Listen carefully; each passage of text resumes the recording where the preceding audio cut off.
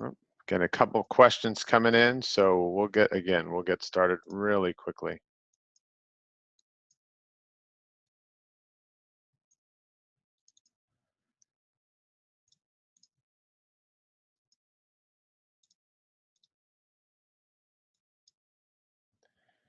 All right, folks. Well, again, welcome. Thank you for joining us for that first SAT ACT Bootcamp. And we really appreciate you coming for the second class. Hopefully, a lot of you had attended the first class. Just a reminder, I'm Anthony Rusomano, the coordinator for college and career for CUSD, and I'll be your host throughout the program.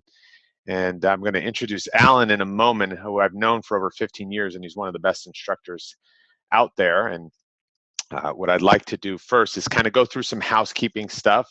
And the first one of a kind is just showing you our student folder again. Okay, so for those of you who were here earlier in the last time and through the emails, you've seen that we have a student folder. Okay, so I'm going to show you that student folder. So again, you're aware of what we have available to you and that what you should be using through through the program. So here we are as your Google Drive. You have been sent an email that has access to this student folder. And if you can see my screen now, you'll be able to see what it looks like. So the folder has a few things. One, they have the class recordings right over here. I'm going to show you and spotlight it right there. So on my spotlight are the class recordings. If you click through there, you'll have Wednesday's recording. For those of you who missed it, I know a few of you have already missed that. So please check that out. I'll be uploading all the recordings from every session. So check those out. If you miss one, not a problem. If you miss a class, just make it up so you can keep along with the class. On the second one is the class slides. That's where anything that we show you through PowerPoint or through sharing of our screen, you'll be able to kind of see some of those slides and access those. It'll go hand in hand with those recordings for you.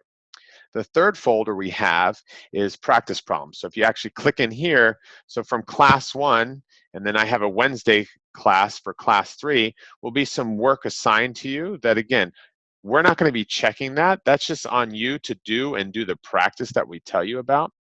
So it's a great way to go in and keep up with the class and make sure you're improving. Just by attending is not enough. You need to be actually putting into practice what we're talking to you about. Okay. So again, in the student folder, you have the practice problems. Then just in the general student folder, you're going to have links to the practice tests for Khan Academy or College Board and the ACT. That'll give you those links to do additional practice that we refer you to. There's the syllabus, which tells you all the class sessions that we have. And tonight we're going to be going into English and the grammar, and that's what Alan's going to cover. And then our welcome letter, as well as a flyer right over here that links to College Board account to Khan Academy.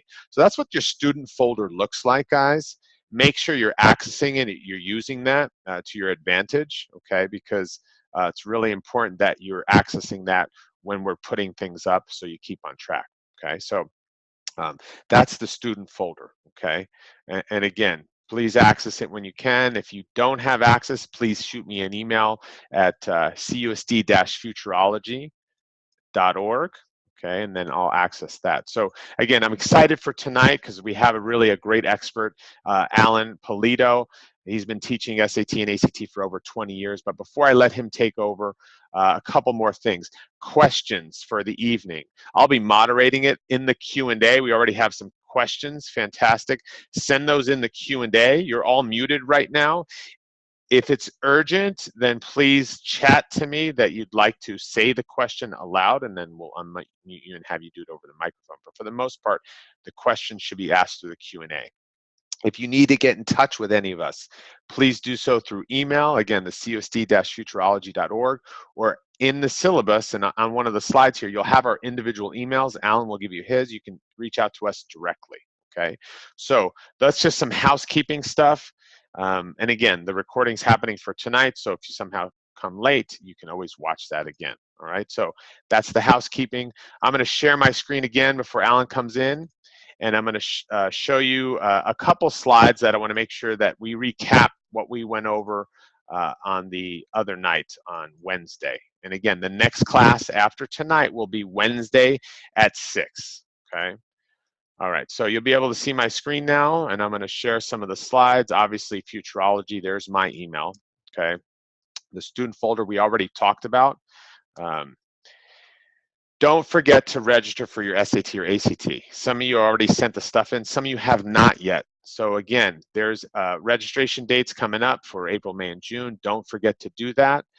It's in your welcome email, the links to signing up for the actual test. It's not us. You have to go through College Board or ACT.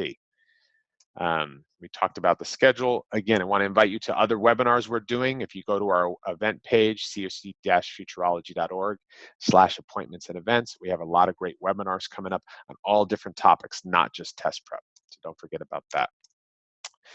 Here's our instructors. Again, tonight is Alan's coming in. There's his email there. He'll also give it to you when he starts his talking about the program. So again, we're really excited to have Alan. He's donating his time to our districts. So really want to make sure we thank him and have a really great audience and be really engaged tonight. To recap, what we covered the first night was about global strategies, okay? We didn't go into the specifics of each of the sections, but we will do. These slides I will post up there. You can find out what's exactly on each section of the test, whether it be the SAT or the ACT, and the number of questions and the timing. But we'll talk about that throughout this program. So these slides I'm going to put up because they're really, really visual slides about what's on each test, how many questions on the reading, the math, and then tonight, again, we're talking about the writing in English, and that's what I'm going to turn over to Alan here. He's going to cover this, and he's going to take over for me, and I really appreciate that. And again, thank you, Alan, for taking the time. I'm going to stop my screen share. I'm going to turn it over to him. I'm going to go mute, and I'm going to take my screen off so you can stop looking at this mug. And Alan, again, you're on, buddy. Thank you very much. And again, I'll be asking you some questions throughout that I get through the Q&A. Perfect. Thanks so much, Anthony. Let me just go ahead and put this up, making sure my screen is up here. Okay, once again, thank you to Anthony Russamano and, of course, Capistrano Unified School District. Of course, as he's mentioned a few times, my name is Alan Polito, and my contact information is on this first slide. You'll see it later as well. That is my cell phone number that you guys can call or text if you have any questions. There's also my email, alan@politoprep.com. That's different from the one that was shown earlier with Gmail. Either one will work. So I just want to make sure that if you email either of those, you'll be okay. Obviously, based on the title of this first page, what I am tasked to talk about tonight is Grammar 101 for both the ACT and the SAT. I called it Grammar 1, or we called it Grammar 101 because they're slightly different titles for them for either exam, but effectively that is at its core what those sections are actually testing. Very briefly right here, this information was actually presented already in one of the slides before, but I've been a... Alan, I don't see any slides. If you're showing the slides, I don't know if you're sharing your screen. Oh, let me just double check here.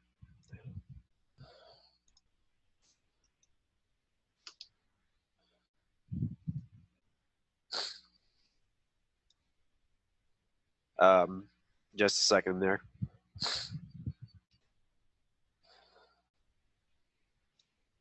Anthony, I'm not, I don't see a screen here that says, here you go, just a second.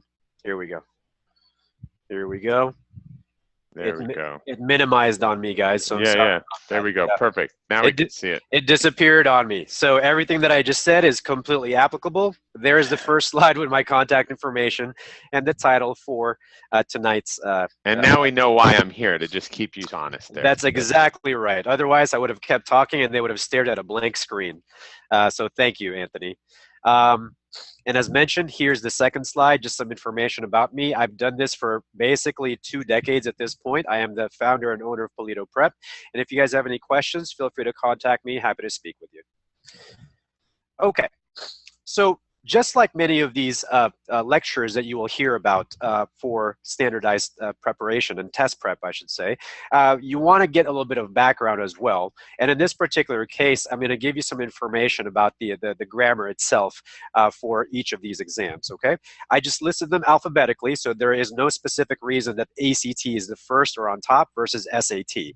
I know that there are differences of opinions depending on who you talk to, and each of you as students are going to have your own personal experiences as well. So again, this was just alphabetical. That's all it was. For the ACT, and specifically in regards to the grammar section, Basically, nothing is much is changing about the grammar content itself. The biggest change within the last year or so is aesthetic, and the fact that there are new subscores that give you more insight to your performance. For example, they have what's called an ELA score, which is an acronym that combines your English, reading, and writing scores. It's just more information for the test to give you about your skills and all the different subtopics that you might want to improve. From a college admissions perspective, these aren't really as important. They're nowhere near as important as the actual scores that you're getting, whether it's the composite score from the ACT or the total score for the SAT. Whereas on the SAT, the writing and language test is actually brand new to the SAT, which started back in March 2016. Now, obviously, we are basically a year removed from that, so people have kind of stopped calling it the new SAT, but there's some importance in kind of pointing that out. That second sentence there says, but does it remind you of something? And here is one of the more intriguing and unique things that has occurred, especially in the test prep world. Forgive us, guys. We are testing nerds, so this is the kind of stuff that excites us. I'm not sure this is something that you would discuss with your friends on a Sunday night. So, what is changing? And as far as like what was that intriguing thing that I'm talking about? Well, if you take a look here, I've actually juxtaposed on the left and the right-hand side portions of the grammar test from either exam. And while yes, they don't look exactly alike, I think most of you would agree that for the most part, they looked almost exactly alike. And I put some phrasing up there, a popular meme that we've got. Can I copy your homework? Yeah, just change it up a bit so it doesn't look obvious you copied. So without me actually telling you which test either of these boxes came from, you can probably agree and say, huh, they look pretty much the same to me. And that's one of the things that the SAT actually did when it changed 12 months ago. It looked at its competitor, the ACT, which at that point had become the more popular test in the United States. And the SAT said, what is that test doing that we should be doing as well?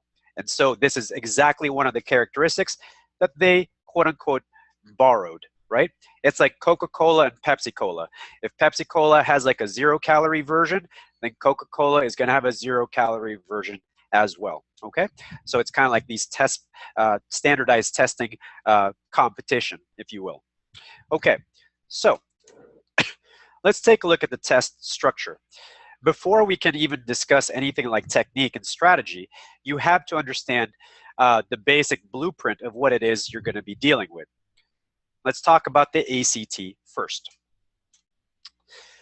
So on the ACT, the portion that tests grammar is called the English test, and it's basically the first one that you will encounter every single time.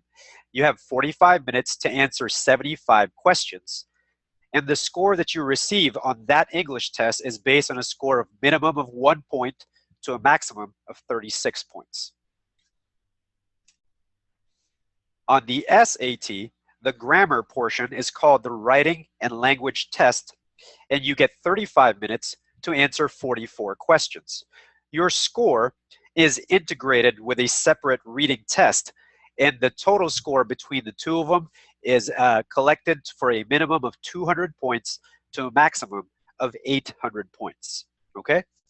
Now, the most important thing that I want to highlight with this information actually is the fact that you have less than 1 minute per question. So that's something that you guys need to kind of really understand about this exam, as opposed to just diving right into it and doing your best. You want to know your opponent, right? And I think that sports happens to be a really good analogy when it comes to testing, because the way that I like to look at it is that these standardized tests are not based mostly on content alone. Content is referring to the fact that if you had to take a biology test, regardless of what language you speak or which country you come from, there are some very specific biology facts that you have to encounter over and over and over again. This test is a combination of content and technique. So how does sports kind of fit into that? Well, if you think about content within something like sports, let's take basketball, for example. Content would be the fundamental things you are already supposed to know. For example, if you can't dribble a basketball, I'm sorry, you can't play basketball until you learn how to dribble a basketball, right? So watch some more Ball is Life videos on YouTube and kind of practice in your backyard or your gym or wherever you can do that. The technique portion for testing as well as sports can be explained like this. If you were playing basketball and you were on offense and you were dribbling the ball and there's an opponent in front of you, a defender, if you will, you have many different techniques that you can use to get past that defender. That's the same idea when it comes to standardized testing. You have different techniques and strategies to beat that question. That's why it's not just based on what you learned in high school. Furthermore, into the test structure. And what's nice, again, about the fact that these two effectively look very similar to one another, remember that screen that I showed you a couple of pages ago? Well, this is the basic structure for either of them.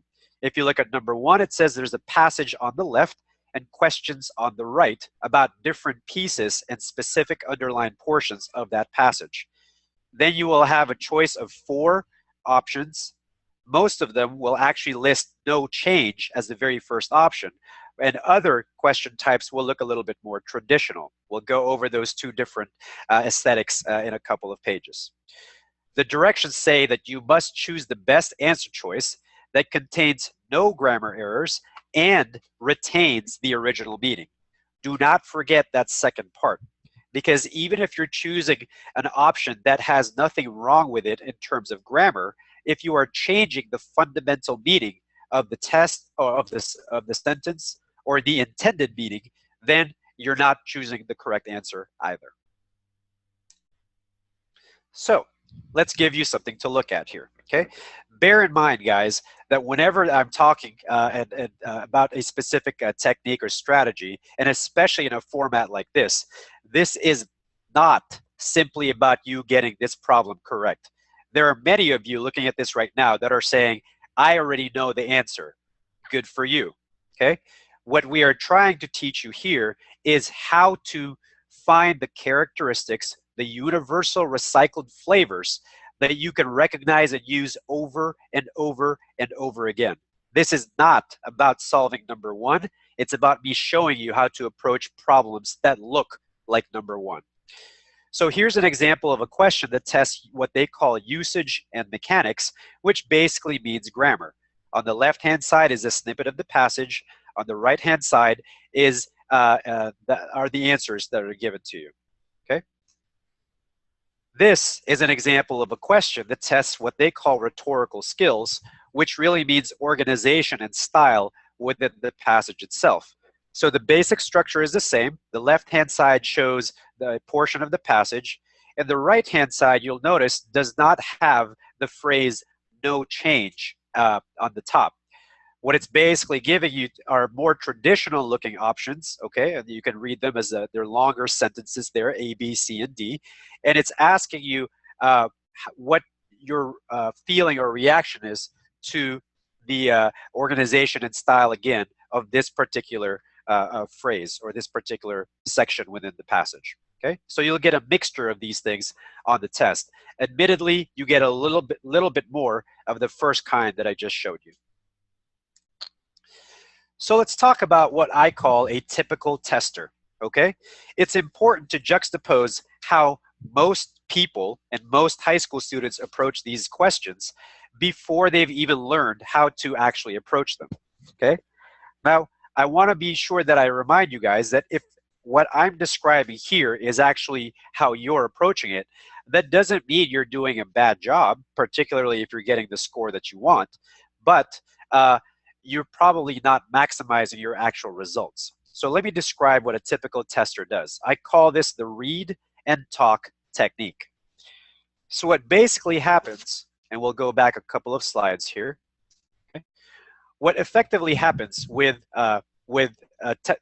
testers who have never been taught a different way of doing this before is they will go ahead and notice right here, see I'm putting the highlighter right there, and they'll look at the passage on the left-hand side, and what their eyeballs actually do is, first of all, they read this entire thing. So they'll read to themselves, obviously quietly and only inside their heads.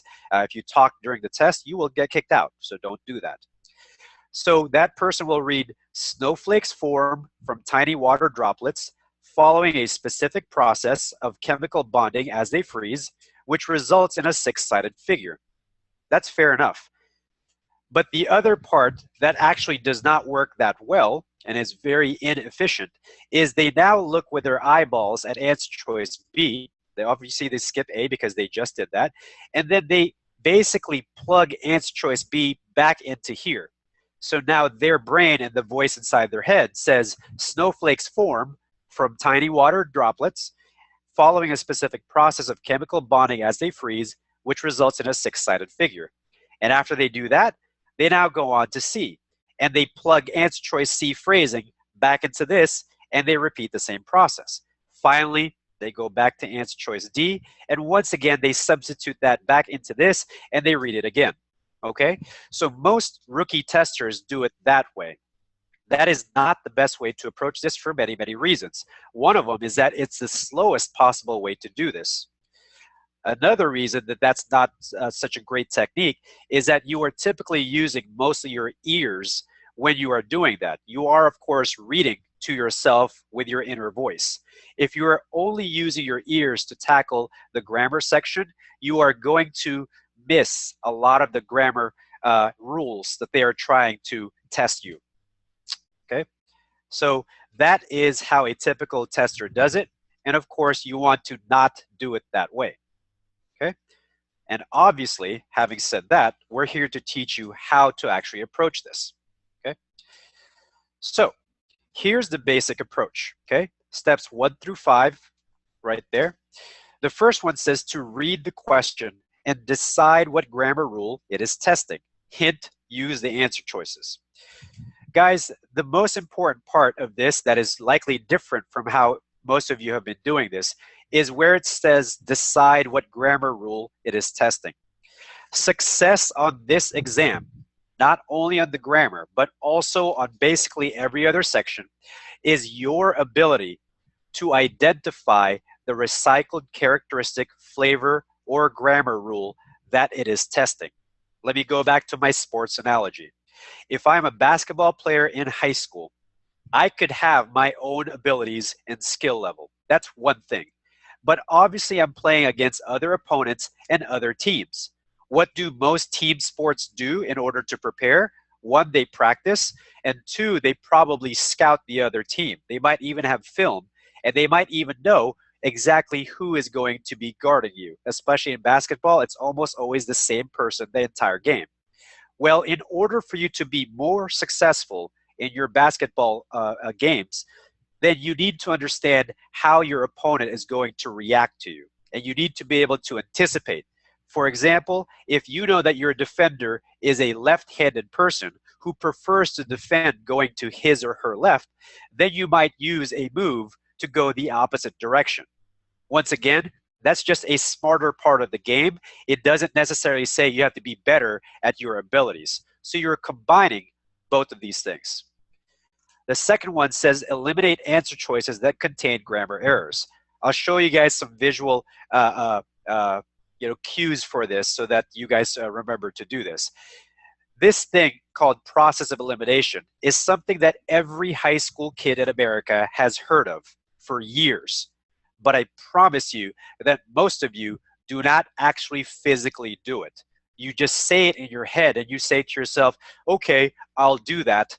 But when it comes to practice or the real thing, most of you do not lift your pencils to do it. I'll tell you why you should in a couple of slides. Number 3 says, use the non-underlined portions to verify non-negotiable items.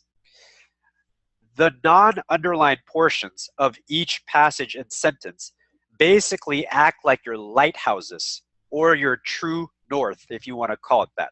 And a lighthouse is something that if you are lost or unsure of what to do or where to go, it's a guiding light that tells you where land happens to be. So if you want to approach land, you can go closer. If you're in a boat and you're not supposed to be on land, you better get far away from that lighthouse.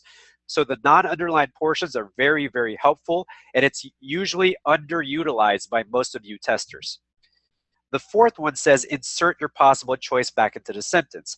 Yes, you still have to do that, but not in the way that I described earlier of what a rookie tester does. And finally, remember that no change, the first answer choice to many of these, is correct about 25% of the time. Okay? So sometimes, just for funsies, they're going to give you something that does not need to be changed. It's like the curveball they're throwing at you. Here's the problem. Rookie testers tend to choose no change way too often. And so I'll meet somebody who's scoring very poorly, or at least average or sub-average on the grammar section. And when I look at that student's answer sheet, I see that no change was picked way too often. And I imagine that person must have been saying, wow, this is just a reading test. I'm not actually doing anything to change this. It's just no change, no change, no change. Don't get too crazy about picking no change. It's only correct about a quarter of the time. Okay? So let's continue. The basic approach. And once again, we're back to the same problem type before. For the last time, I will remind you, this is not about whether you got number one correct. That's fine. This is about showing you how to do every other problem that looks like number one. So within the basic approach, it says to read the question and decide what grammar rule it is testing. Okay? So obviously in this particular case, what you would do is to go ahead and read this portion again. And after you do that, you pause very briefly and you ask yourself, do I know what grammar rule it is testing? And the hint actually reminds you to use the answer choices. So what can happen here is I'm going to blow up that portion, pretending your eyeballs shifted over here. And where I've drawn a red rectangle there, you can see that I've highlighted for myself the fact that I've noticed all three choices for B, C, and D start off with the word form, but only two of them have commas, one of them does not. That's a very important difference. And now you can see that it is clearly testing commas, at least at that particular position. What you should also do, instead of just sort of listening to this advice and nodding your head and saying, okay, that seems like an okay idea, is you should be using your pencils during the real test and doing the same thing. It doesn't have to be a rectangle. You can make it a circle. You can make it a, whatever you want to make it, okay? But you should go ahead and try to highlight that. And at that point, you want to eliminate answer choices that contain any sort of grammar errors. Now, for the sake of this problem, we're going to assume that you are able to identify the grammar error, and I'll walk you through the justification there, okay? So the first thing I'm going to cross off is answer choice B. And I'll actually go back just so that you guys can see it. When I'm looking at answer choice B, I'm going, okay, it's testing commas. It's got a comma right there. It's got a comma right there. And then it's got a comma right there. When I'm looking at that, and it says form from tiny water droplets, you could almost hear how awkward that choice happens to be. And I agree, for this particular problem, it is the worst possible choice. Okay? Then I go back to the next one, answer choice C, okay? And I consider it as well. There is no more comma after the word form, but then there's a comma with tiny and then water, okay? So that would read as form from tiny water droplets. Again, some awkwardness there, particularly because it's water droplets. It's not water, comma, droplets, okay? So what I would do at that point, and I actually highlighted there, that's really what makes this the worst thing. So you would cross that off, okay? Continuing forward, I actually chose to leave answer choice D because some of you might have looked at that and go, okay, that seems like it might be okay. And here we have the second part of the basic approach. Use the non-underlined portions to verify non-negotiable items. So if I look at the non-underlined portions of this sentence, okay, I can basically use the rest of it to see that it says snowflakes form from tiny water droplets. And then it follows suit with a phrase that says, following a specific process of chemical bonding as they freeze, which results in a six-sided figure. And you can ask yourself at this point, is that comma after the word form even necessary? Well, if it starts off by saying snowflakes form from tiny water droplets, adding a pause after the word form, as in snowflakes form, comma, from tiny water droplets, comma, following, then it really doesn't make that much sense after that. So what I would have to do at that point is, of course, to cross that off. And before I bubble in answer choice A, I would still mentally insert my possible answer choice of A back into the original choice. But since I've already read that the first time around and it did not notice a grammar error before, I would certainly then at that point bubble in answer choice A and move on with my life. Now, let me pause here for a second, because as I've done this for 20 years, I can anticipate some of the things you're already thinking. One of the most common reactions to what I just said is, my gosh, Alan, that was way too slow. How could I possibly do one problem at a time like that when you told us before we've got less than 1 minute for each problem? It's a very simple answer to that. I actually had to explain and show you guys through the internet, right, what you're supposed to do. Obviously, you take that step by step, and once you make it part of your testing skills and your approach, it actually absolutely goes way faster than that. If you were learning how to drive a car and I was your driving instructor, day one would not be, hello, nice to meet you, I'm your instructor, Alan. Get in the car of this Porsche 911 GT3. I'm going to give you the keys. Go on the 605, 405 freeway by yourself. Good luck to you. And I'm sure a couple of you felt happy that I described it like that. But for the most part, no, that would be the wrong way to teach you. So we have to slow it down first and show you, and then you get faster on your own. I promise you, this is a much faster technique. It just looks slower the first time you might see it. Okay, moving on. Alan, I have a question that just came in. Yeah. Yep. Let me read it for you. It says, when testing commas, does the Oxford comma apply or does it not matter? Meaning that in that 3-item list, you know. Yes, that is actually a great question. So first of all, some of you guys may not even know what the Oxford comma happens to be, okay? And I'm not going to ask you guys to raise your hands in this format, right? About whether it's going to be there or not, okay? So the Oxford comma, by the way, is effectively a debate, if you want to call it that, of whether a comma should be included when you're talking about a list of things, right? So let's just give you a list of like, okay, basketballs, baseballs, and footballs. So there are two ways to write that. You could say basketballs, comma, baseballs, comma, and footballs, period. Or you could take out the second comma and you could say basketballs, comma, footballs, and baseballs. Now what's funny is that I've actually heard both rules kind of being discussed and debated when it comes to the SAT and the ACT. But first of all, let me give you guys the safest answer there, okay? The safest answer with the Oxford comma with these tests is that they don't actually test it all that often because they're trying to avoid that particular debate, okay? One thing that you guys will notice about the English language is that the rules are way too flexible. It's one of the reasons somebody trying to learn English has a hard time. I'll give you an example. The very common phrase of it's raining cats and dogs only makes sense to somebody who speaks English. Somebody from a different country learning that phrase is literally looking up at the sky and wondering, are there animals falling from the sky at this point? Okay, so they won't really confuse you with having a choice between those two in the very example that I've actually given to you guys. Okay, and if you aren't sure as far as dealing with commas on the ACT, if you are not sure if you need a comma in the first place, you probably don't need it.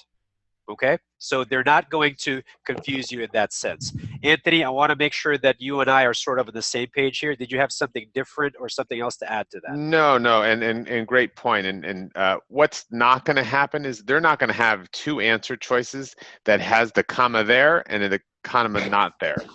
So that's what they won't have, because then it's a matter of, well, which one do you believe that it should be or not so? So you'll never have an answer choice that has both of those, where you have the comma before the and no comma.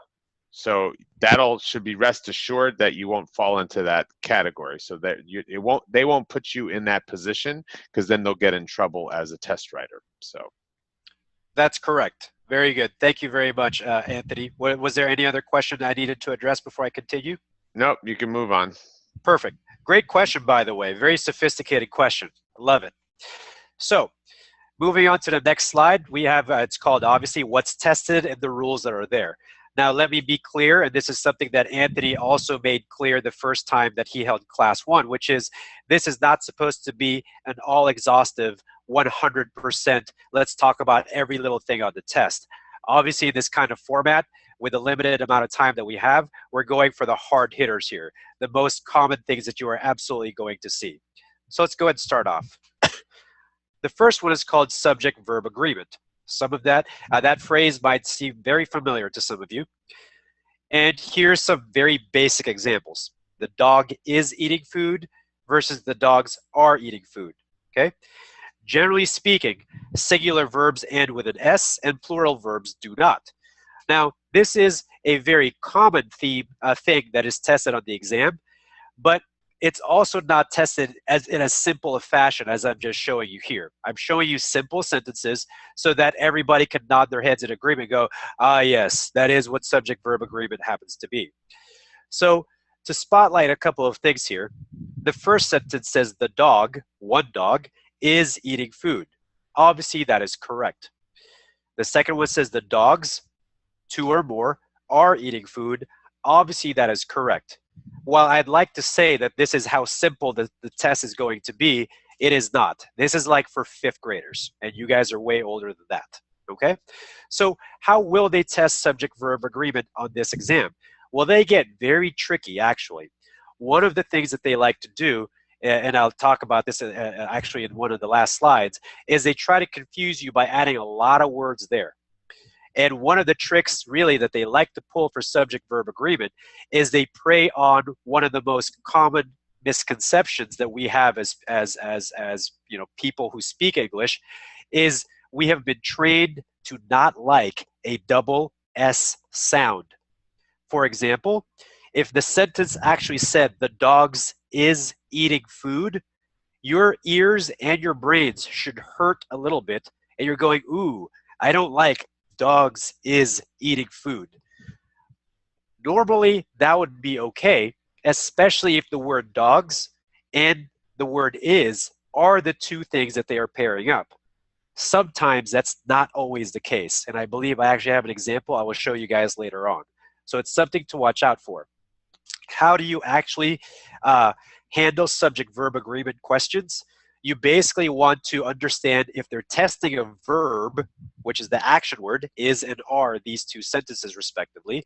You need to identify the subject or the noun that is partnered with that. And they're not always next to each other. That's the thing you have to remember. Okay. Below that, we have verb tense. So verb tense.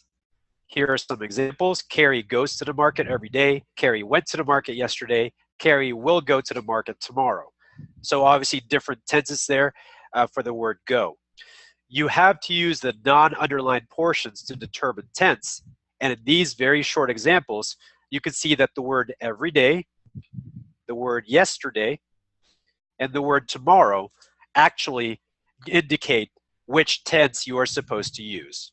Okay, so some examples again of using the non-underlined parts, what I call the lighthouses, or what I call also your true north. Some other things that they are testing, pronouns, okay? So once in a while, depending on how well you remember your your grammar lessons from many, many years ago. Some of you might have forgotten what a pronoun happens to be. For me, an easy way to remember it is that obviously it has the word noun in it, which is usually a person, place, or thing. It can also be an idea or a concept, but the word pro is in front of it. So to me, that sounds like a professional noun, as in a word that works to become a noun. That's what it means to me. So a pronoun is a word that works for or substitutes for a noun. So some examples here. 2 sentences there. Each of the students decided they would like to visit the zoo. Bob and Jerry went to the beach yesterday. He had a great time surfing. And then obviously what I've given you there in asterisk says identify who the pronoun is discussing and verify that it's clearly understood, and also verify that it's the same number, whether it's singular or plural. So while I gave you guys the first several sentences as just simple correct examples, those of you paying attention should notice that both of these are incorrect. So if they were part of the SAT or the ACT grammar, the first sentence says each of the students decided they would like to visit the zoo. Now guys, I promise you, if you weren't paying that much attention reading this, or worse yet, if somebody said this statement in a speech or in a conversation with you, you probably would never catch it because it doesn't sound bad. Hence, using just your ears alone is not a great thing on this test. If we identify who the pronoun is discussing, some of you might have thought, well, it says students. So students is basically the partner for the word they. That would be a mistake. The correct noun is each. And how can you tell? Because it's followed by what's called a prepositional phrase, and not to be too grammatically professorial here, but there, it starts with the word of the students. So here's a hint. Every time you see the word of and words following it on the grammar test, you can pretty much assume that that entire thing is useless. It's not actually meant to do anything else except to confuse you. An example, my name is Alan. If I said Alan of Orange County, I'm still talking about myself and not Orange County. If I said Alan of Polito Prep, I'm talking about myself and not Polito Prep. Understood? Hence, we have the word each, and each is the correct one. And if each is the actual noun here, the word they, well, they is meant for plural things. Each is meant for one thing. So this should be something that says instead, each of the students decided he or she would like to visit the zoo. Okay? Now, once again, if you knew that from the start, great for you, but we're also just teaching you how to pay attention to the different sort of scenarios and tricks that they're trying to pull. In the second one, it's probably a little bit more obvious to you guys. Now, if you have friends named Bob and Jerry, and you were telling your other friends what Bob and Jerry did just yesterday, and they knew that Bob surfs and Jerry does not, this would be an okay statement to make. But we cannot make that assumption on this test. So when it says Bob and Jerry went to the beach yesterday, followed by he had a great time surfing, that is called an ambiguous pronoun. We do not know for sure who had a great time surfing. That's why it's incorrect. Okay? And so one thing to pay attention to there is the fact that when it says Bob and Jerry, that's not an underlined portion of this exam, and therefore that tells you your true north, your lighthouses. Adjectives and adverbs. Adjectives are words that describe, and adverbs are words that describe action words, okay? So it's kind of like a short version for adjective verbs, adverbs. The sentence says, Mary cooked dinner quick because the kids would be home soon. Most of you should see it should be quickly. And yes, adverbs usually end with ly. What are some exceptions to that? The word fast or the word bright, those are examples of adverbs that do not end with the word, with the letters ly, okay? Let's see here. Next one, parallelism. Now we're getting into the part of grammar that is less and less known by people, or at least known for what it's called, okay? Parallelism, here's an example. I like to eat, sleep, and fishing. Most of you should already be able to tell if something's wrong with that, and that's because verbs must follow the same tense, okay? On the tests, it follows the same kind of structure, so you only have to be able to kind of watch for the verbs. Now, here's one thing that they like to do.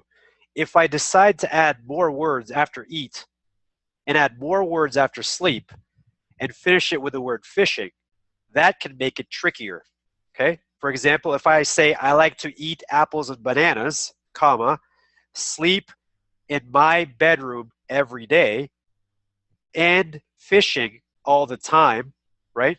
You can still sort of hear it there, but you should be able to admit that it's a little more convoluted simply because I added more words. And that's one of the ways that they can confuse you. Modifiers. This is actually my favorite type of error because they just make sentences sound ridiculous.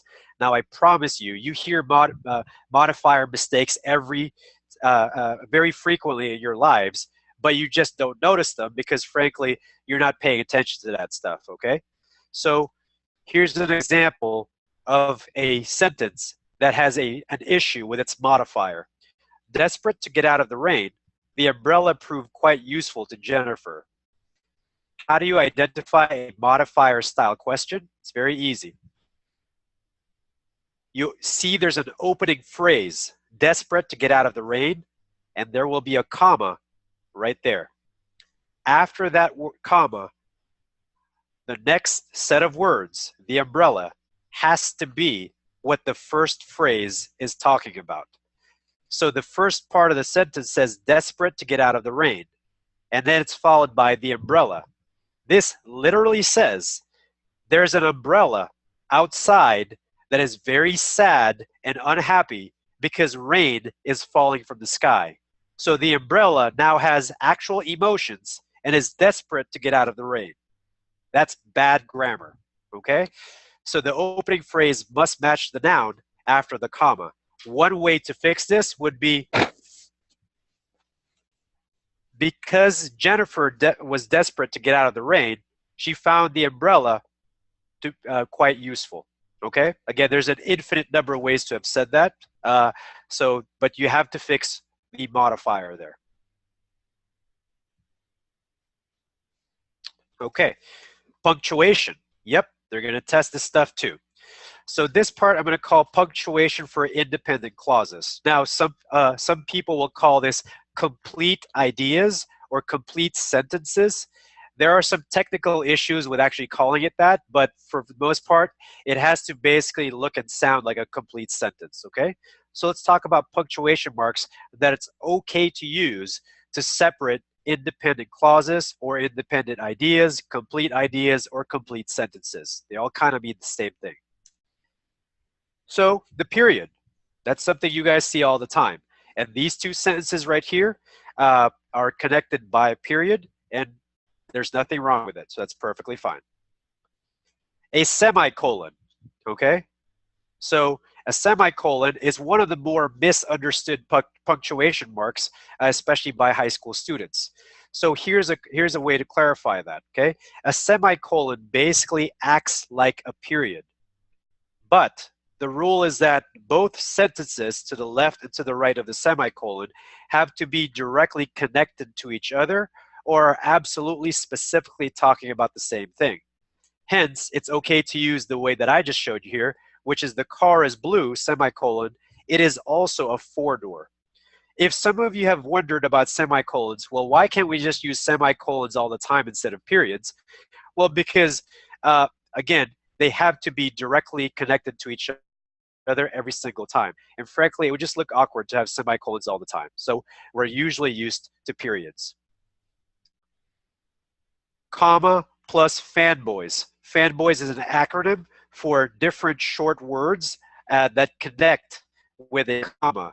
I'm not going to tell you what fanboys means because I want you guys to just Google it, whether right now or later on, so that you can actually commit it to memory. If I just tell you everything, it'll be gone the moment I finish this webinar, okay?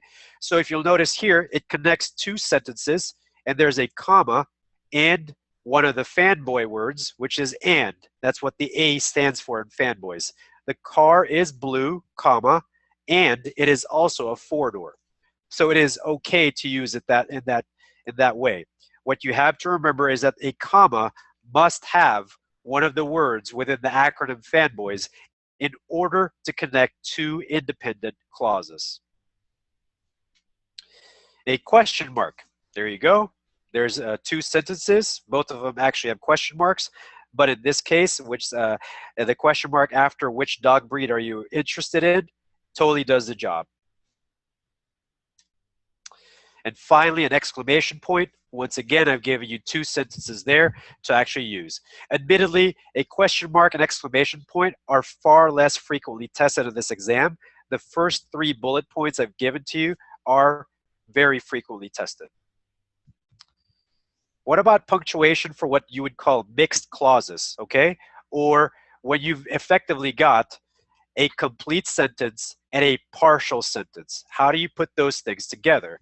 Well, there are some punctuation marks that do the job. The most common one is, of course, a comma. Peter, comma, in an effort to be healthier, comma, stopped eating fast food, okay? So if you want to look at what is the mix in this thing, you can see that the phrase in an effort to be healthier, that's not a complete sentence. So that's the dependent or incomplete idea. What's the complete sentence or idea here? If we deleted in an effort to be healthier, this would read as Peter stopped eating fast food. That is a complete sentence. In order for us to successfully insert in an effort to be healthier, we needed to use commas. Commas are the most common punctuation for this idea. A colon. My mom texted me to stop by the store and grab a few items. And the colon shows up there, followed by eggs, bacon, and milk.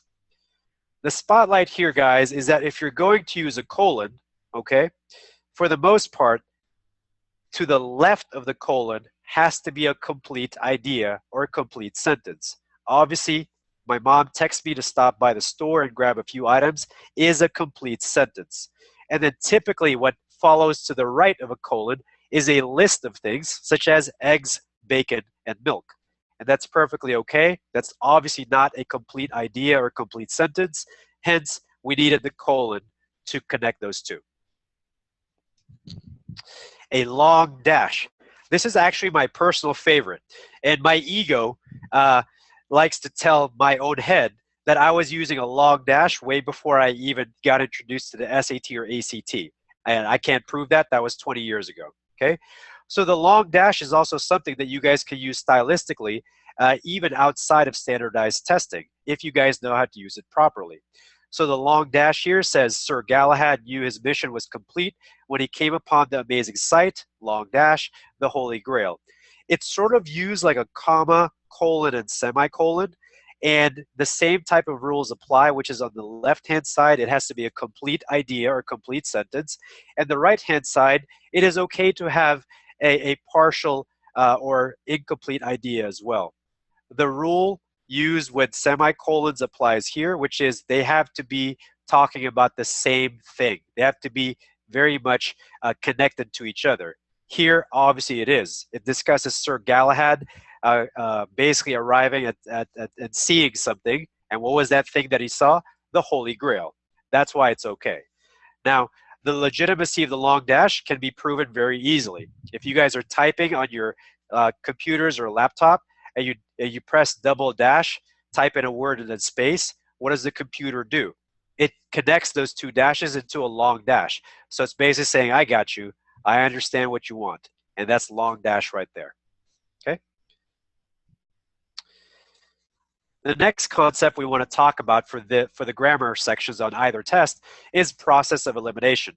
I did introduce it briefly before, but let's talk about it in a little more depth. Okay? So number one says when you identify the grammar error, cross off any answer choice that repeats the same mistake. Let me actually show you guys that. So here we go, and I have the rule repeated at the very top. Here is a different problem that shows you a portion of the passage on the left and the answer choices on the right, okay? So what you're trying to do is identify a grammar error, and if you see that grammar error repeated anywhere, again, you cross off that answer choice. Duh. If it didn't work the first time, if you see it a second or a third time, it's still wrong, okay? So, at the bottom there it says, you may notice that the correct choice is piled as opposed to piling. And here I didn't give you the illustration, so let me just kind of give you the spotlight. So originally it says piled high. We have piling, piled, and piling. If you remember one of my first few slides, if you're looking at the answer choices, you're going to notice, aha, they are testing the versions of the word piled versus piling. And if you are able to make that choice correctly, you would then be able to conclude that piled is the word that you want, and you do not want the word piling. So what does that mean? You would effectively cross those off. You see that? And here is a perfect example of how this technique and approach is better and faster than you just using your eyeballs to substitute each answer choice back into the original phrasing. That's because as long as I know that piling is not what I want, I don't care about what happens after that. So piling high with or piling high on, I don't have to decide between high with or high on. I know piling makes it bad, it makes it go away. That's why. Okay? Next one. Process of elimination still. Scan the answer choices vertically to spot points of comparison and contrast, things that are the same versus things that are different. Many of them have differences at the beginning of each phrase. And oddly enough, things that they have in common and things that they have different are equally able to help you identify correct and incorrect choices. Because when you have things that are the same, it effectively kind of tells you, look, these choices are probably competing very closely to be the correct answer choice. Whereas things that are different, you have a very solid difference between the two of them. It's kind of like being asked, well, do you want ice cream or do you want coffee after your dinner? They're very different from each other, which kind of helps to make it more obvious which is the correct choice. You will start to notice the subtle differences once you practice this skill over and over. So what you can effectively do is right here. Russo, can you take over for about a minute here? Yeah, no problem. Thank you. I got a question that came up, so I'll answer this question. All right, everybody. So someone says, how often will a question want a semicolon over a period? Okay, great question. Well, first of all, there's not a ton of questions on semicolons to begin with because there's so many grammar rules out there. So for you guys, what you'll need to do is be able to recognize what is being tested and know your rules. Russo, back. Oh, okay, great. I'm just answering some Q&A here. Typically, the answer choices are not multiple sentences. They're usually one sentence fixing a grammar rule, whether it be a comma or semicolon, as in this question was being asked. So what you really need to do is practice and see as many questions as you can. Go through practice tests. That's why we're going to refer you to the homework to do multiple practice tests so you can see all the different types of errors. So when it comes down to it, you're really not going to see a ton of semicolon or colon questions. There's just so many other rules that they're going to test. So I wouldn't worry about that in particular. You just got to know your rules and be able to recognize things. So when you look at the answer choices and you go, oh, this is testing commas. Great. Where's the error? And then start eliminating based on that. And then another question, will you go over the difference between who and whom? So I don't know if you're going to cover that later, Alan, but that's a question that's on somebody's mind. Great. Thank you very much. I appreciate that. I just had to check on something real quickly there. Thank you, Anthony, and I agree with your answer to the first question. Yes, who versus whom? I don't have a slide for that, but let me just tell you right now. It's very easy, okay? Who versus whom, you just need to look at the last letter. That's all it is. So who ends with the letter O, which is a vowel. The correct answer to a question that uses the word who also ends in a vowel. He or she. I'll give you an example. Who is at the door? He is at the door. She is at the door. They all end in vowels, and that's how you know. The word whom ends with the letter M for Mary, which is a consonant. So the ending to that also ends in a consonant. So here's an example. Whom is the gift for? The gift is for him. The gift is for her. Very simple. Okay, there are way more.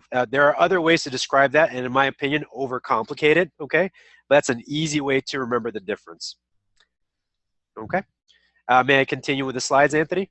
You bet. Perfect. Thanks, guys. Okay, so process elimination right here. Well, I kind of just showed you there. So scan the answer choices vertically. That's top to bottom to spot points of comparison and contrast, and many of them have differences at the beginning of each phrase. Here, I wanted to show you guys where your eyes and therefore your pencils might start to draw these rectangles or, oblongs, if you want to call it that, right? Long circles. And look at it from left to right, 41, 61, 30. And again, the format of this was that I couldn't show you every little thing. But if you look at number 41, okay, it's testing. I see the word students, just the way that it's spelled. And then there's also students for answer choice D, but there's an apostrophe there. I need to ask myself, okay, which of those two versions is actually going to be correct? You see what I did there, guys?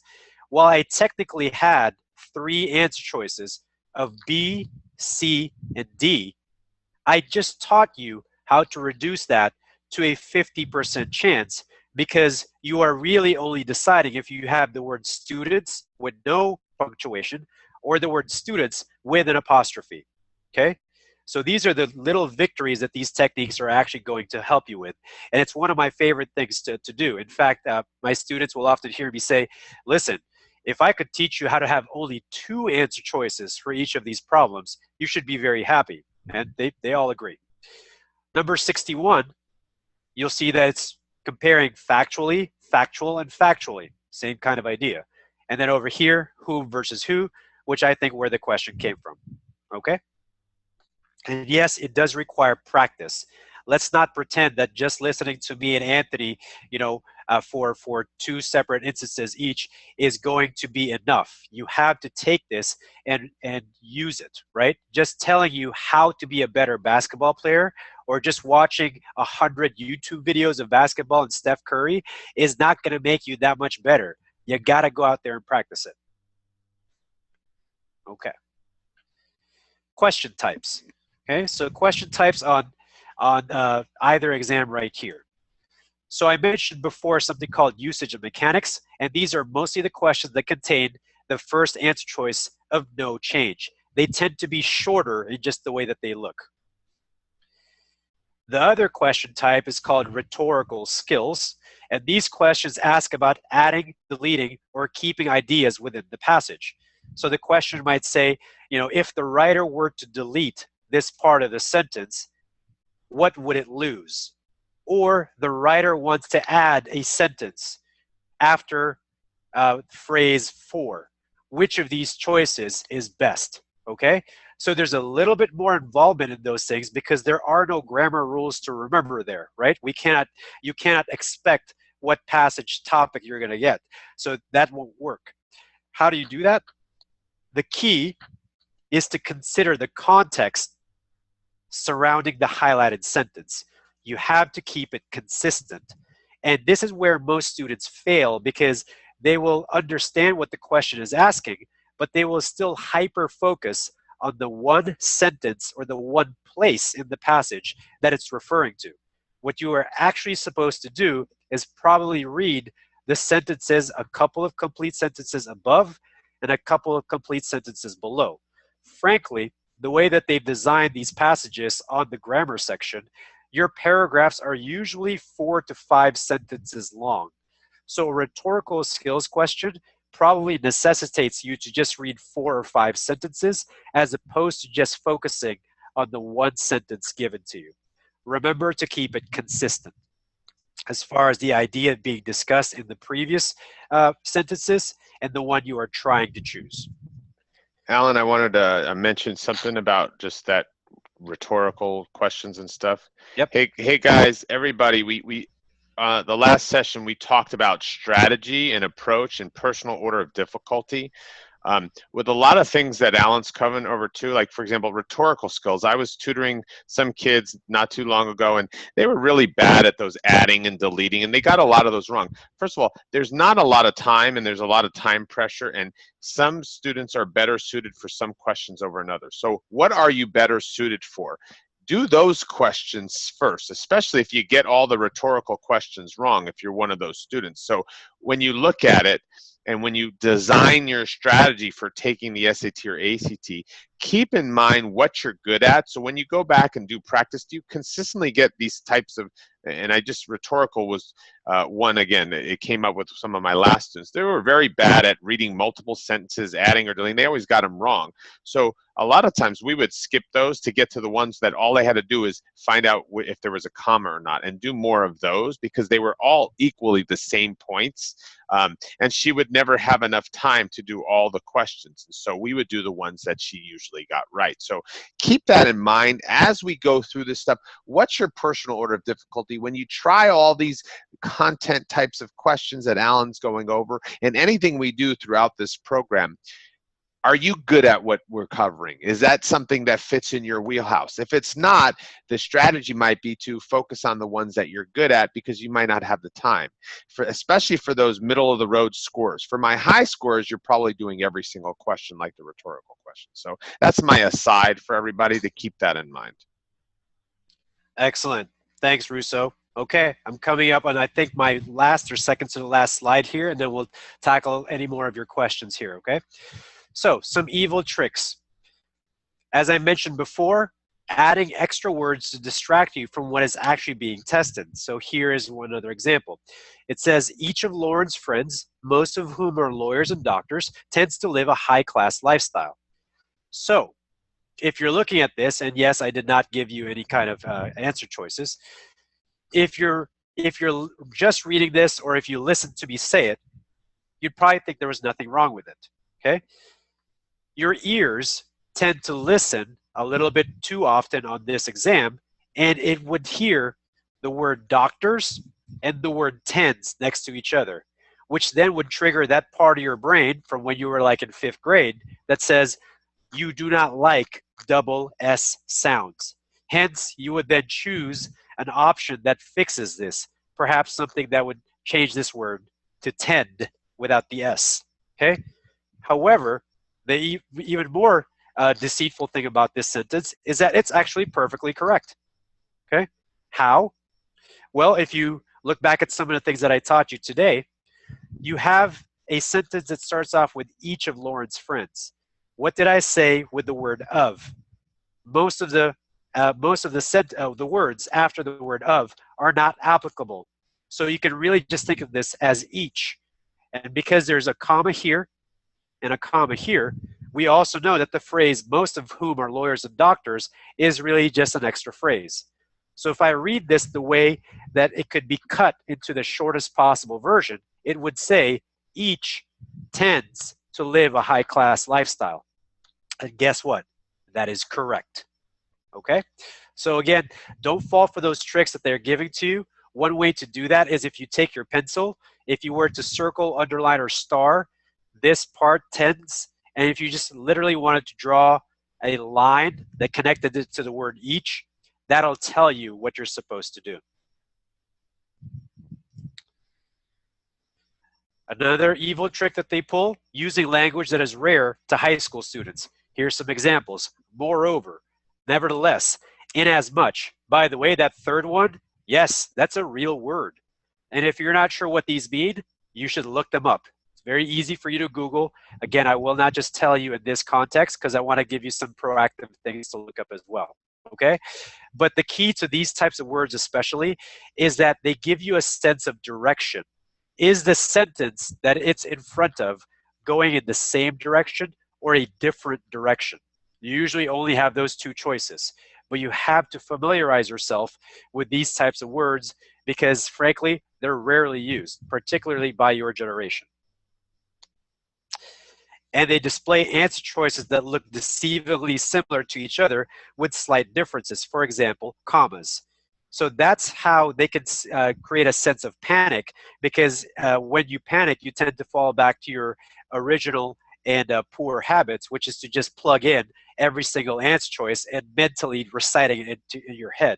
So remember to look at them vertically and try to look for the points of comparison and points of contrast. The more similar the answer choices look to each other, the more subtle the error that they're trying to keep away from you. So scan them from top to bottom, top to bottom, top to bottom.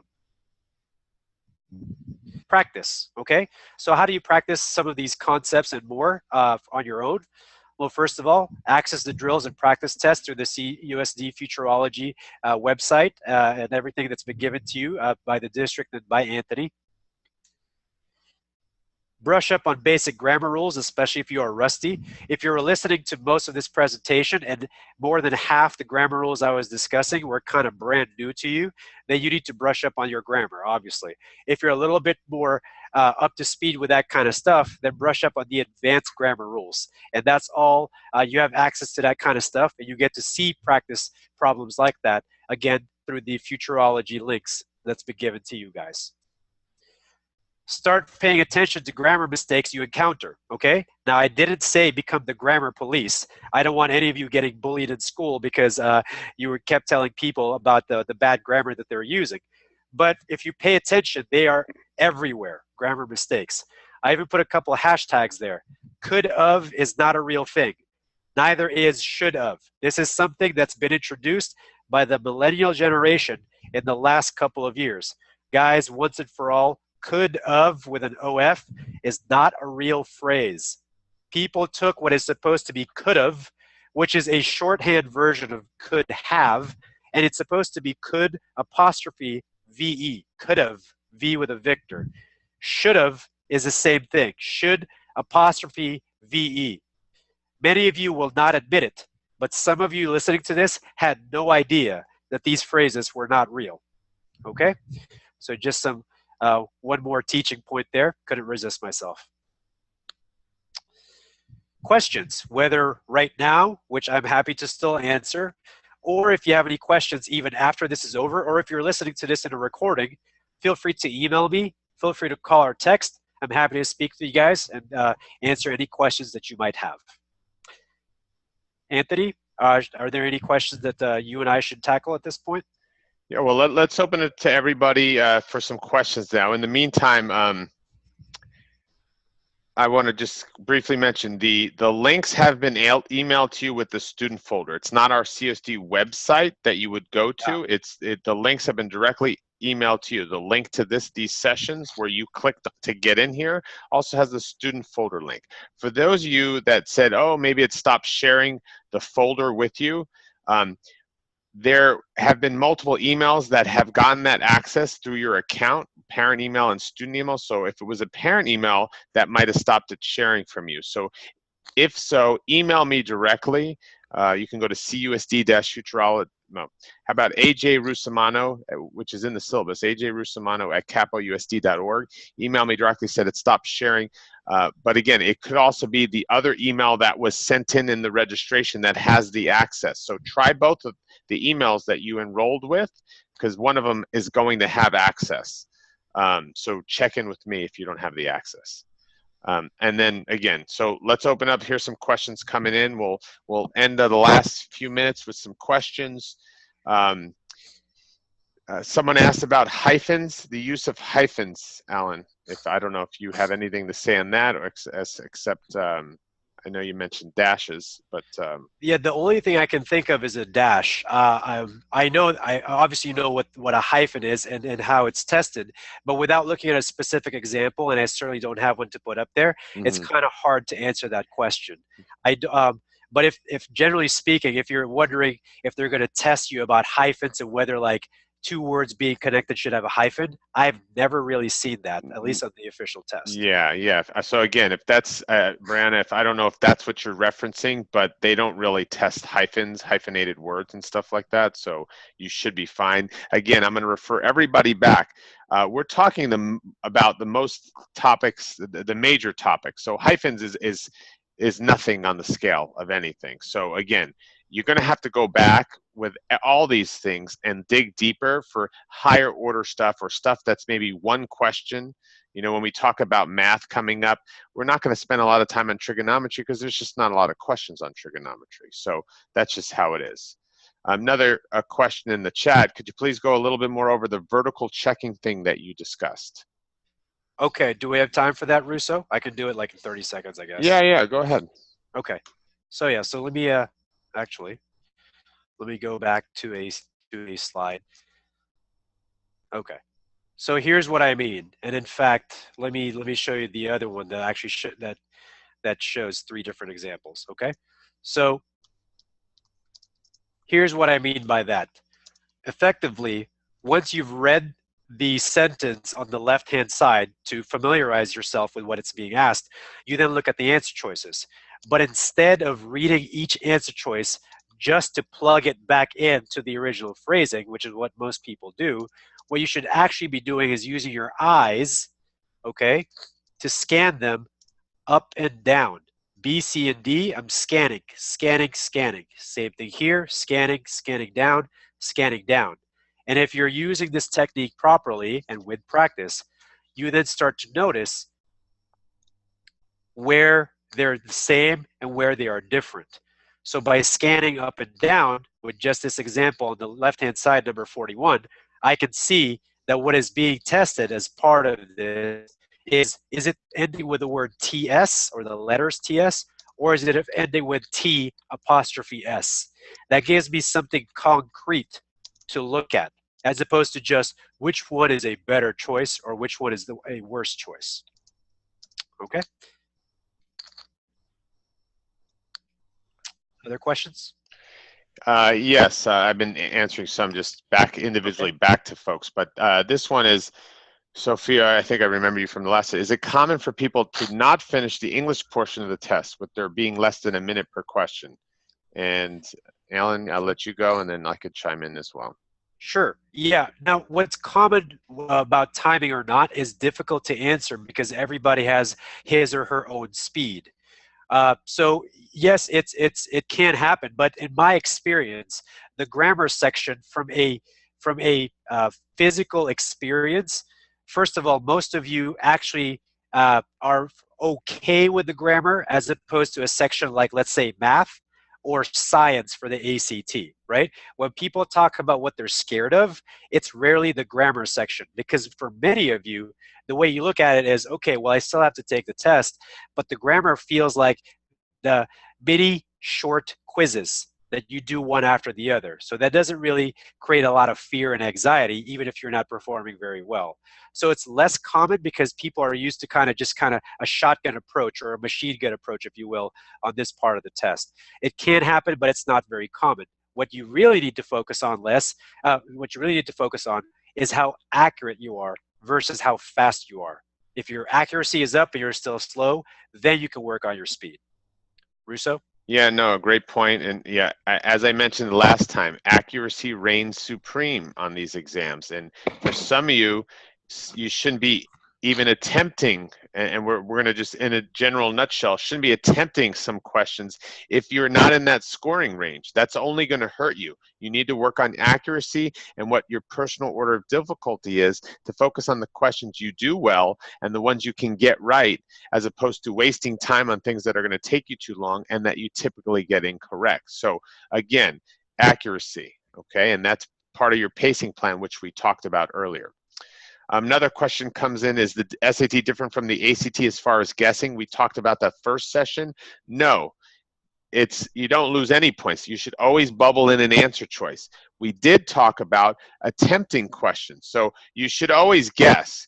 It's a matter of, should I spend time? If you're on the ACT math or a certain section, you might not attempt every single question because you don't have the time, whether it be some science or even the English. So that is a pacing plan that you need to get under control and take the time to figure that out. It's going to be different for everybody. Okay, after reading the underlined sentence, would you recommend mentally creating your own answer, then look at the answers given? What a good question. Okay, so There's something about the nature of your question and that technique that can actually work on other parts of the test. For example, the reading test comes to mind for either one. So there's actually, my opinion for that would depend again on the student. Because if I just said, yes, you should do that, I'm also telling somebody who might not be very good at grammar rules to try to come up with something that he or she is completely unfamiliar with. So that becomes very difficult. Grammar kind of shares some core principles with math because math has rules as well, such as geometry or again, such as geometry or equations, right? So some things are not negotiable in grammar. So if I just tell everybody listening to me, yes, create your own answer, I'm now telling everybody, both good and bad grammar people, to create their own answer.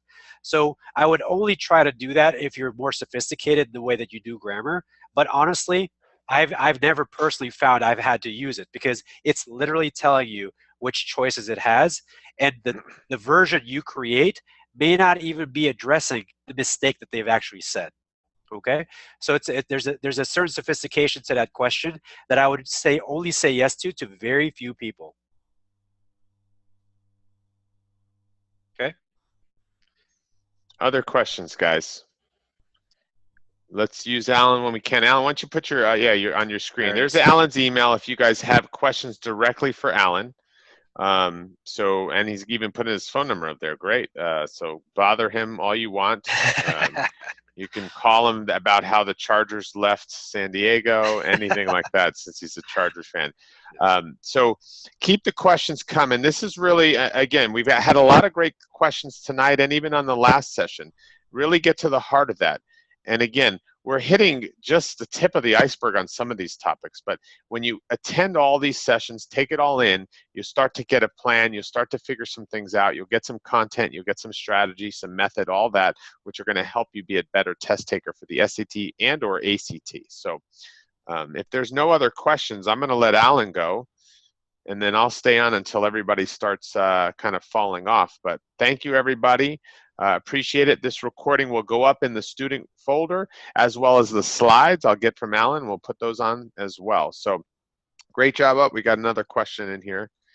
And, oh, it's not a question. Thank you both for your time. All right, Alan. So wonderful. Thanks, everybody. I appreciate it. Thank you very much. Thanks, Anthony. I appreciate it.